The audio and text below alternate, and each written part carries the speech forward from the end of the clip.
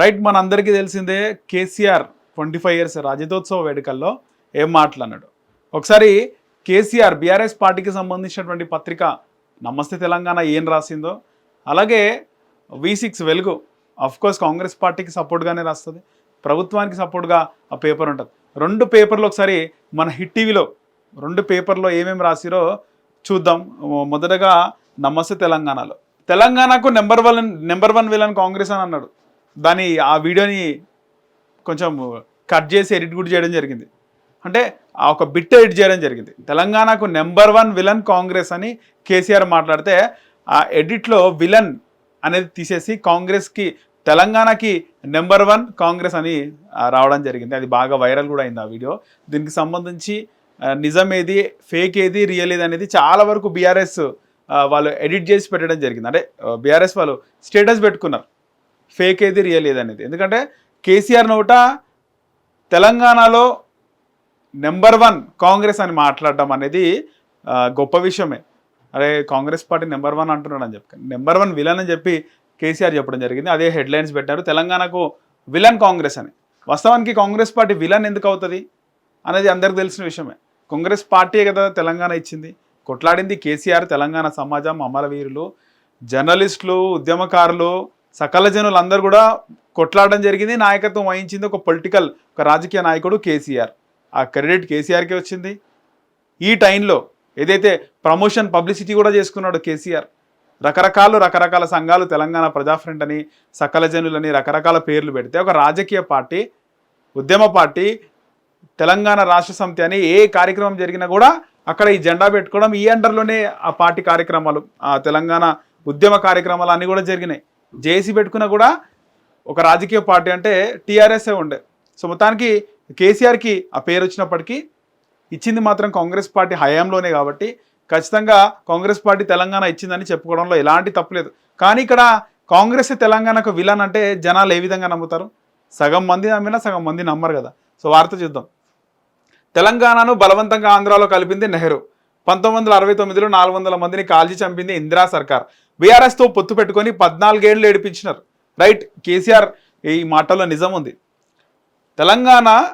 తెలంగాణను బలవంతంగా ఆంధ్రలో కలిపింది నెహ్రూ. అంటే దానికి ఒక కమిటీ ఉండే, ఆ కమిటీని నిర్ణయించుకున్నారు. ఆ కమిటీలో మేధావులందరూ మాట్లాడుకొని ఈ ఆంధ్రప్రదేశ్ తెలంగాణ అప్పుడు కలవడం జరిగింది. అంటే హైదరాబాద్ స్టేట్, ఆంధ్ర ఇవన్నీ కూడా కలవడం జరిగింది. 1969లో 400 మందిని కాల్చి చంపింది ఇందిరా సర్కారు. రైట్, తెలంగాణ ఉద్యమం స్టార్ట్ అయినప్పుడే ఆ ఉద్యమంలో 400 మందిని కాల్చి చంపడం జరిగింది. చాలామంది దెబ్బలు కూడా తినడం జరిగింది. బీఆర్ఎస్తో పొత్తు పెట్టుకుని 14 ఏళ్ళు ఏడిపించిండ్రు. తెలంగాణ కోసం పదవులు త్యాగం చేసింది బీఆర్ఎస్ బిడ్డలే.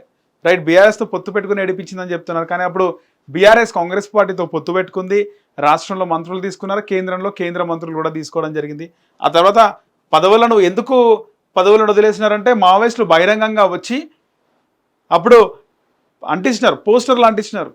మీరు తెలంగాణ కోసం అని పార్టీని పెట్టినారు, ఇప్పుడు పదవులను ఎంజాయ్ చేస్తున్నారు, మీరు కనుక రాజీనామా చేయకపోతే కాల్చి చంపుతామంటే అప్పుడు వాళ్ళందరూ కూడా ఈ ఉద్యమ పార్టీ మళ్ళీ మరోవైపు టర్న్ తీసుకుంటుందనే ఉద్దేశంతో బీఆర్ఎస్ మొత్తం కూడా పదవులకు రాజీనామా చేసింది.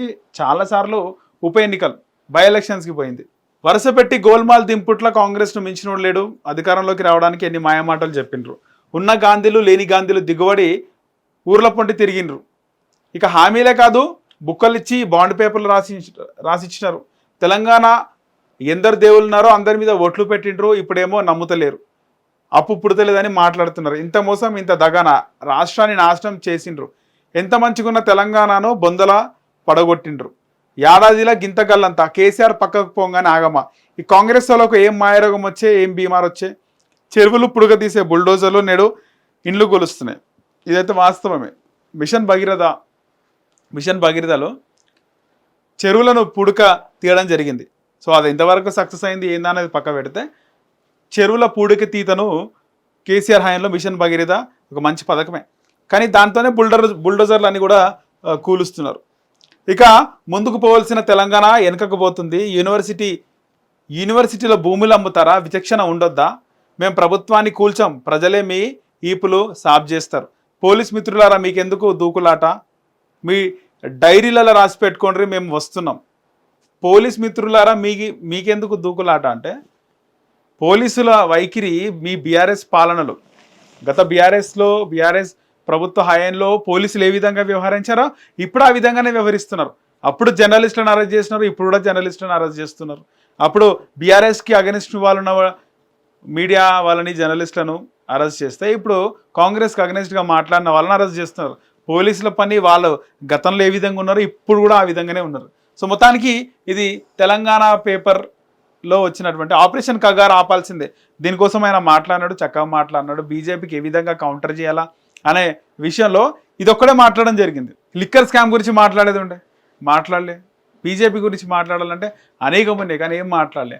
కగార్ అక్కడ యువకులు ముఖ్యంగా ఎస్టీలు గిరిజనుల పైన జరుగుతున్న దాడి, హింసాత్మక వాతావరణం, చంపడం వీటి కోసం కేసీఆర్ మాట్లాడడం జరిగింది. సో ఇప్పుడు వెలుగు పేపర్ చూద్దాం. వెలుగు పేపర్లో ఏం మాట్లాడాడు. సో వెలుగు పేపర్ కూడా చూస్తున్నాం. వెలుగు పేపర్ ఏం రాసింది, ఇక ఊరుకోను బయలుదేరుతా అంటే బీఆర్ఎస్ పార్టీ ఫార్మేషన్ డే నుంచే బయలుదేరుతా అనే విధంగా కేసీఆర్ అయితే మాట్లాడుతుండే. ఇక ఊరుకోను బయలుదేరుతా, ఎవరినెవరిని లెక్కుందో తీస్తా, ఏడాదిన్నరకే రాష్ట్ర ఆర్థిక పరిస్థితి నాశనం అయినది. బీఆర్ఎస్ రజతోత్సవ సభలో కేసీఆర్ వ్యాఖ్యలు. నేను అసెంబ్లీకి రావాలట, అసెంబ్లీకు తాను దేనికి రావాలని కేసీఆర్ ప్రశ్నించారు. కేసీఆర్ నువ్వు రా అసెంబ్లీకి అంటారు, దేనికి రావాలా? నీ కాయగోరుకుడు ముచ్చట వినడానికా? అసెంబ్లీలో పిల్లలను అడిగితే మీరు జవాబు చెప్తలే. కమిషన్లు తీసుకుంటున్నారని మా కేటీఆర్ నిలదీస్తే ఆర్థిక మంత్రి భుజాలు తడుముకుంటున్నాడు. ఎందుకు బాధ అని అన్నారు.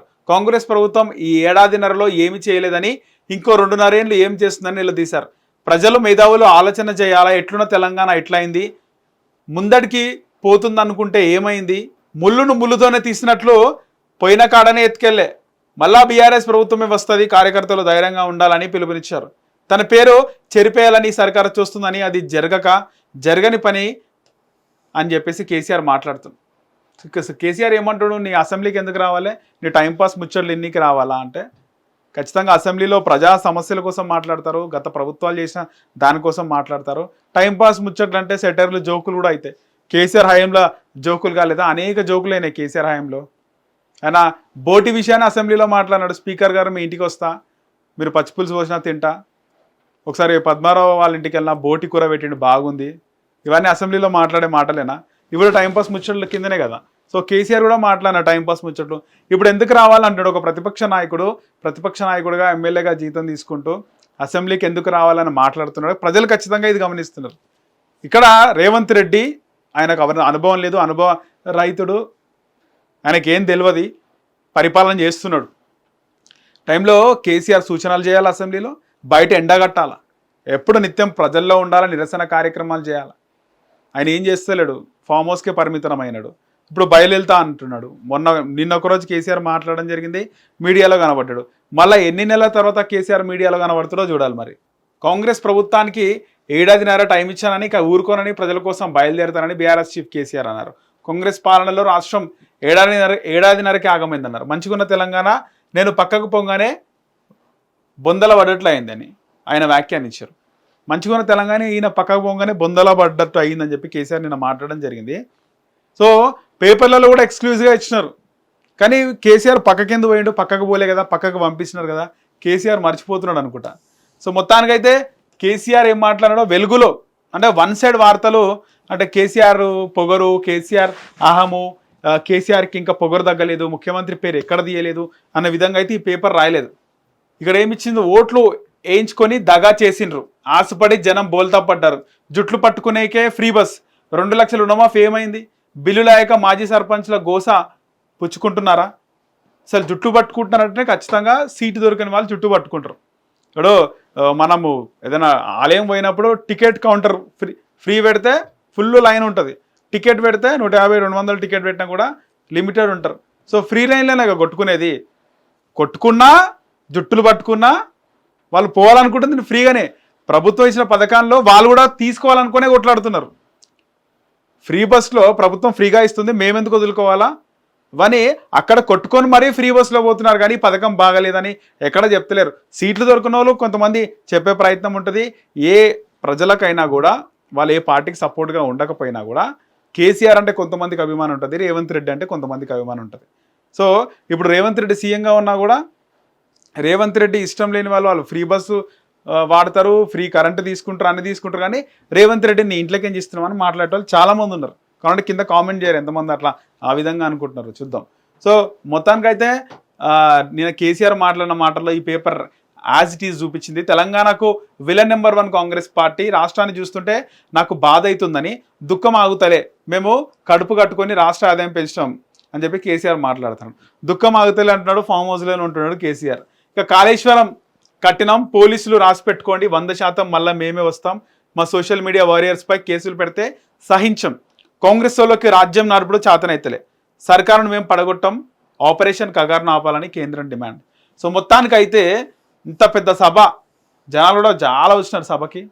సో పెద్ద హ్యూజ్ సక్సెస్. కానీ మనం నార్మల్గా ఆంధ్రప్రదేశ్లో చూస్తాం జగన్మోహన్ రెడ్డి సభలు కానీ, పవన్ కళ్యాణ్ సభలు కానీ, ఈ మహాకూటమి లేకపోతే టీడీపీ మహానాడు జరుగుతుంది, ఆ సభలో విచ్చలవిడిగా జనాలు వస్తారు, విపరీతమైన కంటెంట్ దొరుకుతుంది. యూట్యూబ్కి అయితే ముఖ్యంగా మస్తు కంటెంట్ దొరుకుతుంది. అంత కంటెంట్ వాళ్ళు 2-3 రోజులు వేసుకుంటారు ఆ కంటెంట్. కానీ నిన్న బీఆర్ఎస్ సభలో కంటెంట్ ఏం లేదు, కేసీఆర్ మాట్లాడిన దాంట్లో కూడా పసలేనట్టు ఉంది. ఆ కంటెంట్ వ్యూవర్షిప్ కూడా లేదు, ఆ కంటెంట్ కూడా పెద్దగా పోవట్లేదు. కేసీఆర్ మాటల్లో కూడా ఆ గతంలో ఉన్నటువంటి పదను కానీ, ఆయన మాటల్లో స్టైల్ కానీ, ఆ కేసీఆర్ మాట్లాడుతుంటే వినాలనిపిస్తుంది. నిన్న ఎందుకో తగ్గినట్టు అనిపించింది. అది ఖచ్చితంగా కేసీఆర్ ఆసక్తి, చాలామంది ఎక్స్పెక్టేషన్స్ ఉండే, సో ఎక్స్పెక్టేషన్స్ పెట్టుకున్నందుకు రీచ్ అవ్వలేదా, లేకపోతే కేసీఆర్ మాటలో నిజంగా ఆ సత్వ తగ్గిపోయిందా ఏందో మరి. సో మొత్తానికైతే V6కి నమస్తే తెలంగాణ పేపర్ రెండిట్లలో వార్తలు చూసుకుంటే కనుక 2 వార్తల్లో సేమ్ ఉంది. ఎవరు అంటే బీఆర్ఎస్ పార్టీకి సంబంధించిన పేపర్ కాబట్టి నమస్తే తెలంగాణ కేసీఆర్ ఏం మాట్లాడిన అదే రాసిన, V6 వెలుగు పేపర్ కూడా యాంటీ గేమ్ రాయలేదు, కేసీఆర్ మాట్లాడిందే వాళ్ళు కూడా చూపెట్టే ప్రయత్నం చేసినారు. సో కింద మీరేమనుకుంటున్నారో కింద కామెంట్ సెక్షన్లో కామెంట్ చేయండి, మరో వీడియో చేసే ప్రయత్నం చేస్తాం. అలాగే మా హిట్ టీవీని సబ్స్క్రైబ్ చేసుకోండి. హిట్ టీవీ యాప్, ఇందులో short news, live news, entertainment shows, movies, digital magazines తో పాటు మీ జిల్లా వార్తలను కూడా ఫ్రీగా చూడొచ్చు. ఇంకెందుకు ఆలస్యం, వెంటనే హిట్ టీవీ యాప్ ని డౌన్లోడ్ చేసుకుని ఫ్రీగా ఎంటర్టైన్మెంట్ పొందండి.